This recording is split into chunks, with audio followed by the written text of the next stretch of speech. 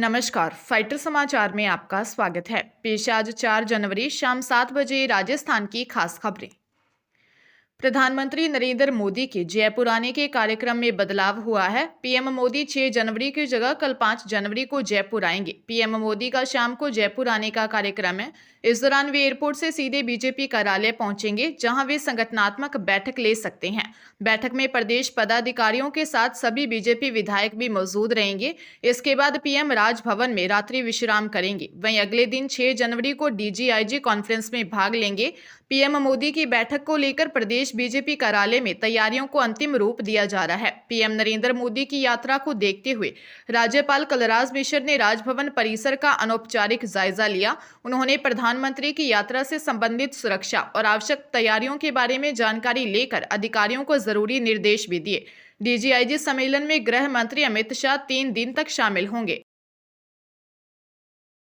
Tonk ACB ने अलीगढ़ थाने के ASI Ramlal को 2000 रुपए की रिश्वत के साथ रंगे हाथों गिरफ्तार किया है। आरोपी एएसआई ने यह रिश्वत थाने के बाहर फरियादी के साले के मुकदमे में चालान पेश करने की एवज में ली थी। एसीबी उसके आवास और अन्य ठिकानों पर भी सर्च कर रही है। एसीबी के एएसपी राजेश आर्य ने बताया कि अलीगढ़ निवासी रेखराज मीरा ने शिकायत दी कि उसके साले के खिलाफ अलीगढ़ थाने में जानलेवा हमले का मामला दर्ज है। उस मामले में फरियादी का साला 25 से 26 दिनों से जेल में है। जांच अधिकारी आरोपी अलीगढ़ थाने का एएसआई रामलाल जाट निवासी खुडेडी हाल कैप्टन कॉलोनी छावनी टोंक है। एएसआई ने चालान पेश करने के लिए रिश्वत मांगी। शिकायत के सत्यापन के बाद एसीबी ने आरोपी को रंगे हाथों दबोच लिया।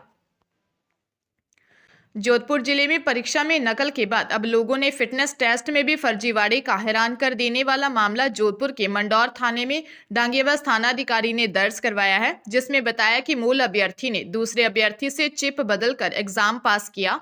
मामले में दोनों अभ्यर्थियों को हिरासत में लेकर पूछताछ की जा रही है। थानाधिकारी मनोज कुमार परिहार ने बताया कि पुलिस आयुक्तालय की ओर से कांस्टेबल भर्ती के कैंडिडेट के फिजिकल टेस्ट पिछले 27 से 28 दिसंबर को सहायक प्रशिक्षण केंद्र सीमा सुरक्षा बल बालसमंद के ग्राउंड में ली गई। दौड़ में दूसरे अभ्यर्थियों की तरह ही अलवर जिले के रैली तहसील के अमाला गांव का अभ्यर्थी गौरव कुमार मीणा भी शामिल हुआ। दौड़ की रीडिंग के लिए चिप पैर में लॉक की गई थी। चिप में चक्कर की संख्या और समय की रीडिंग के लिए 2 चिप थी। कैलकुलेशन करने पर चिप 1 के अनुसार 10 राउंड और चिप 2 के अनुसार 12 राउंड की रीडिंग आई थी। बूंदी पोक्सो कोर्ट के जज न्यायाधीश सलीम बदर ने अपहरण के एक मामले में निर्णय सुनाते हुए आरोपी को 3 साल कठोर कारावास और 10,000 रुपये का जुर्माना भी लगाया है। विशिष्ट लोक अभियोजक राकेश ठाकुर ने बताया कि नाबालिग के अपहरण का मामला 3 साल पहले का है। पीड़िता की बहन ने कोतवाली थाने में 24 नवंबर 2021 को शिकायत दी कि पीड़िता अपने घर से पढ़ने के लिए स्कूल गई हुई थी, जहां से आरोपी निक्की उर्फ रुपेंद्र सिंह पीड़िता को बहला फुसलाकर भगा ले गया। पुलिस ने पीड़िता को तलाश कर दस्तयाब किया। तब पीड़िता ने बताया कि निक्की उर्फ रुपेंद्र उसे बहलाकर भगा ले गया। बाद में पुलिस ने जांच कर कोर्ट में चालान पेश किया था। प्रदेश में नई भाजपा सरकार गठन के साथ ही शिक्षा विभाग की कार्य योजना पर जोर दे रही है। सरकार की ओर से पहले पेपर लीक और अब छात्रवृत्ति की अनियमितताओं के मामलों में शिकंजा कसा है। अलवर जिला सहित प्रदेश के 7 विश्वविद्यालय और 40 महाविद्यालयों को छात्रवृत्ति पोर्टल से ब्लैक लिस्ट करके बाहर कर दिया है।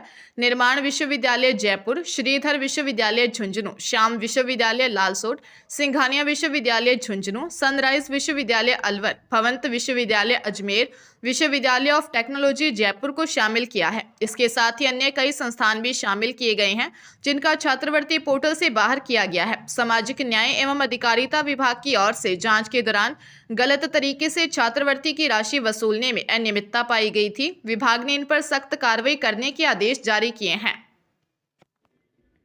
मनुस्मृति के श्लोक से हाईकोर्ट जस्टिस अनूप कुमार दंड ने रेप के बाद नाबालिग बच्चियों को उचित मुआवजा नहीं मिलने के मामले में दिए गए अपने फैसले की शुरुआत की। उन्होंने फैसले में लिखा, मनुस्मृति का श्लोक कहता है कि जहां नारियों की पूजा होती है वहां देवताओं का निवास होता है।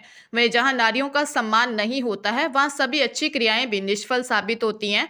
दरअसल जस्टिस अनूप कुमार दंड ने करीब 20 साल पुराने मामले में फैसला देते हुए कहा कि 2009 में सीआरपीसी की धारा 357 के संशोधन से पहले की भी सभी नाबालिग दुष्कर्म पीड़िताएं 3 लाख रुपए का मुआवजा पाने की हकदार हैं। हालांकि हाईकोर्ट ने अपने फैसले में स्पष्ट किया है कि यह फैसला सिर्फ उन मामलों में ही लागू होगा जिनमें संशोधन से पहले मुआवजे के लिए प्रार्थना पत्र पेश कर दिया गया हो और मामला लंबित चल रहा हो।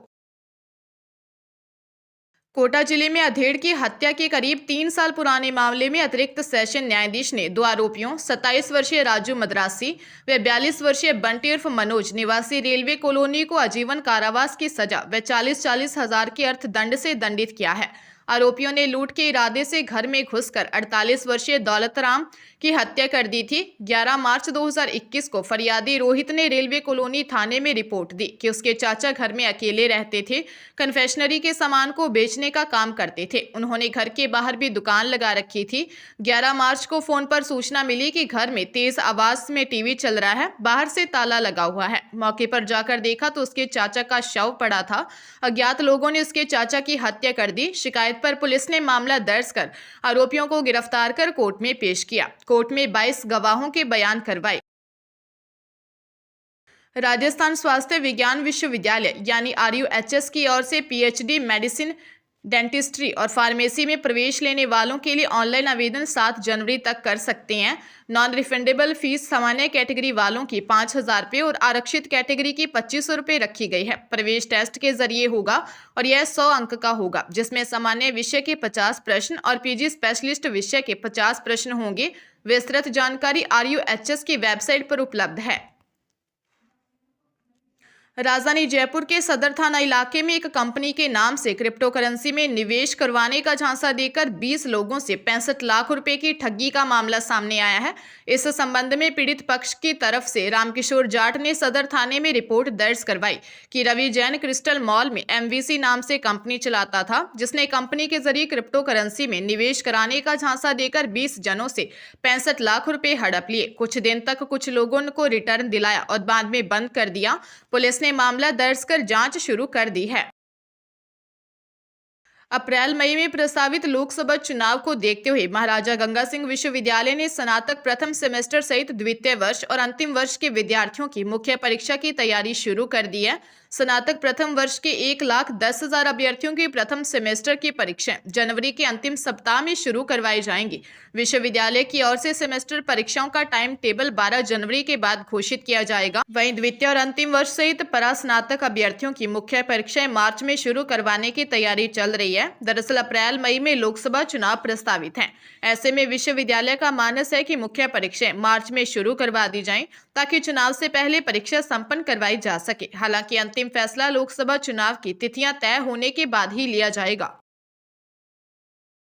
नागौर जिले के डिडवाना में एक ट्रेलर और कार की भिड़ंत में एक महिला सहित 2 लोगों की मौत हो गई। वहीं एक युवक गंभीर रूप से घायल हो गया। घटना के बाद ड्राइवर ट्रेलर को मौके पर ही छोड़कर भाग गया। थानाधिकारी राजेश डूडी ने बताया कि चूरू निवासी 50 वर्षीय शरीफ, 45 वर्षीय समाना और 26 वर्षीय फरहान चूरू से मुंबई जा रहे थे। इस दौरान डिडवाना की ओर से आ रहे ट्रेलर ने कार को टक्कर मार दी। हादसे में समाना और फरहान की मौके पर ही मौत हो गई, जबकि शरीफ गंभीर घायल हो गया, जिसे इलाज के लिए डिडवाना के अस्पताल में भर्ती करवाया गया है। घटना को लेकर परिजनों को सूचना दे दी गई है। मामले की कार्रवाई की जा रही है।